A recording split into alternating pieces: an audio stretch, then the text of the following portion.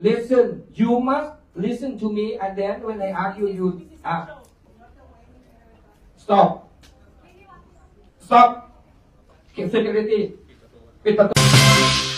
Oh my God! Nagkaroon ng matinding iskandalo sa sashing ceremony ng Miss Universe 2025 ngayong hapon. Nag-walk out ang mga kandidata, maging ang reigning Miss Universe 2024 queen na si Victoria ay nag-walk out din.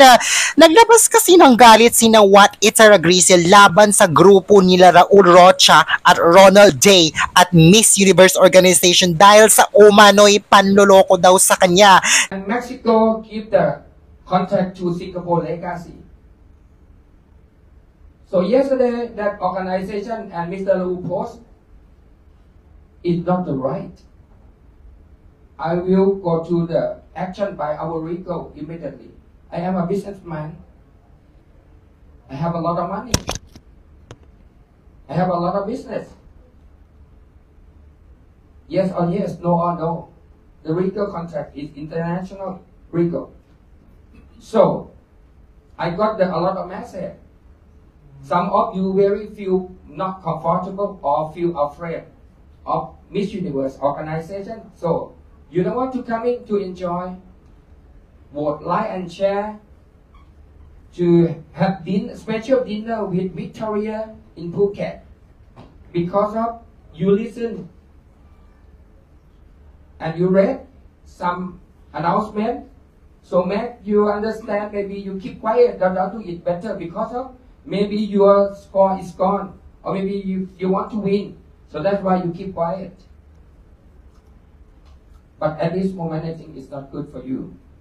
Nadamay sa galit ni na What Itara Grisel ang mga kandidata sa sashing ceremony ngayong hapon dahil iginiit ni na What na sa kanya daw dapat sumunod ang mga kandidata ng Miss Universe 2025 dahil siya daw ang namamahala dito bilang siya ang host country at nagbayad daw siya ng napakalaking halaga para makuha ang rights. Listen, you must listen to me, and then when I ask you, you stop.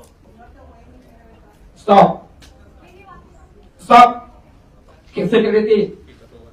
Subalit kaninang umaga nga, matatandaan kasi na muli na naman kasi naglabas ng pahayag si Raul Rocha sa pamamagitan ng social media page ng Miss Universe kung saan tinatanggalan niya ng karapatan sina What na mag-organisa ng event na may kinalaman sa Miss Universe. Say ni Raul Rocha, tanging ang mga official activities lamang daw ng Miss Universe tulad ng closed-door interview, preliminary at finals ang legit.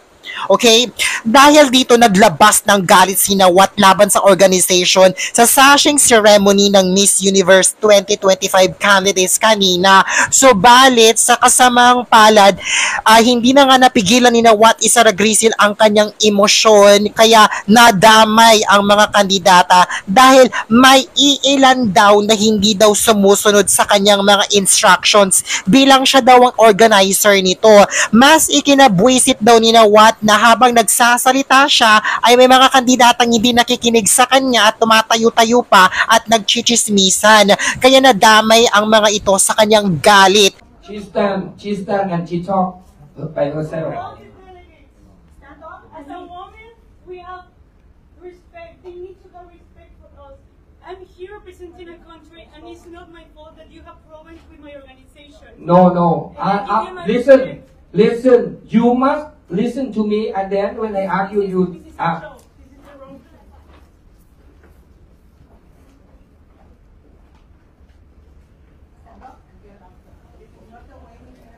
stop. Stop. Security. Pit patu. Stop.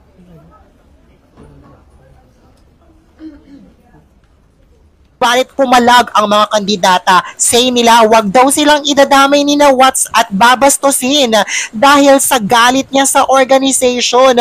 Kaya naman nag-walk out ang mga kandidata kabilang sa nag-walk out ang reigning Miss Universe 2024 na si Victoria kung saan say niya, wag daw sanang idadamay ang mga kandidata kung may problema si na What sa Miss Universe organization. Is beyond disrespect. disrespectful, and it's nothing I as a person can stand into. That's why I'm taking my call and I'm going. Oh my God. Nag-walk out daw sila dahil hindi na daw nila matik ang pambabastos ni na Wat sa kanila. Ayan, ano ko, nakakaloka, Day. Anong say mo, Day? Ano ba yan? Dahil dito nga ay hindi na natuloy ang sashing ceremony. Nakakaloka. Anong hanas mo? Matutuloy pa kaya ang Miss Universe 2025 competition? Mukhang hindi, no? Kasi nasaktan daw ang mga kandidato sa mga sinabi ni na Wat. Kasi wala naman daw kasi silang kinalaman sa gulo nila ni gulo niya kila Raul Rocha at Ronald D. Kaya sana wag daw silang idamay. Ayun. Comment mo ang hanas mo dyan. Sige nga. Kaloka.